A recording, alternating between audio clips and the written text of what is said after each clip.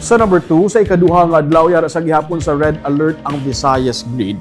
Nagakahulugan ini nga kulang ang power supply gani bilang resulta may mga brownouts ug power interruptions nga ginapatigayon sa karon diri sa Negros.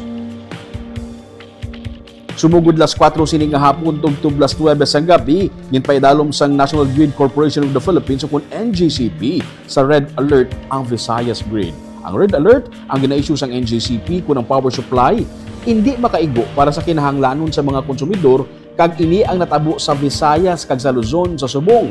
Masami sa mga mainit nga panahon ginakulang ang power supply tugas ang mataas man nga demand sa kuryente ilabi na sa mga peak nga mga inoras. 2,413 megawatts ang kapasidad nga ma-produce nga power supply pero ang demand yara sa 2,510 megawatts. May 20 tanan ka mga power plants ang wala na nag-andar sa karon. May 12 naman ka mga power plants ang nag-ooperate sa mas madubo sa ila sini nga kapasidad gani 866.7 megawatts sang kuryente ang hindi available para sa grid.